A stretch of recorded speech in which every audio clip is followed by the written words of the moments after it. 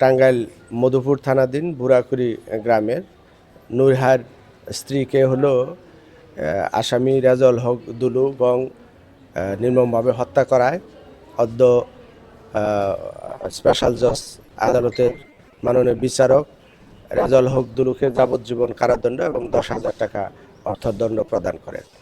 এখানে ছিল যে বাদীর মেয়ে নুন নাহার রেজাউল হক দুলুকে হলো তালাক প্রদান করায় তৎ আক্রোশে রেজাউল হক দুলু এবং অপর আসামিগণ গত 27/2006 তারিখে রাত্রে 9:30 ঘটিকার সময় নূরহাইদ বাদীর বাড়িতে এসে এই বাদীর মেয়ে নুর নাহারকে হত্যার জন্য চেষ্টা করলে বাদীর স্ত্রী রাবেয়া বেগম ফেরাইতে গেলে তাকে উপর্যুপরি ছুরি দ্বারা আঘাত করা হয় এবং নুর নাহারকেও আঘাত করা হয়। পরবর্তী সময় লোকাল কাইলাকুড়ি ক্লিনিকে রাবেয়াকে নিয়ে গেলে সেখানে কর্তব্যরত ডাক্তার তাকে মৃত ঘোষণা করে এবং নুর নাহারকে ময়মনসিংহ মেডিকেল কলেজ হাসপাতালে নিয়ে গেলে সে ওইখানে প্রায় 1 মাসের ঊর্ধ্বকাল যাবৎ চিকিৎসাধীন থাকেন।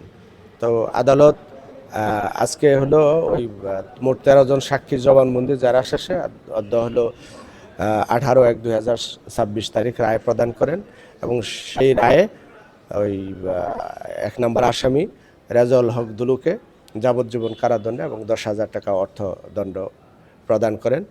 আমরা রাষ্ট্রপক্ষ থেকে মামলাটি সন্দেহাতীতভাবে প্রমাণ করতে পেরেছি এবং বাদীও এই রায়ে সন্তুষ্ট। আসামি ছিল 6 জন, অন্য অপরাপর 5 জনকে হলো তাদেরকে বেকসুর খালাস প্রদান করে এবং পলাতক যিনি আসামি রেজাউল হক দুলু জামিন প্রাপ্ত হয়ে বরাবর পলাতক আছে। আমি Mohammad Shahjahan Kabir advocate, public prosecutor PP, special জজ কোর্ট আদালত টাঙ্গাইল।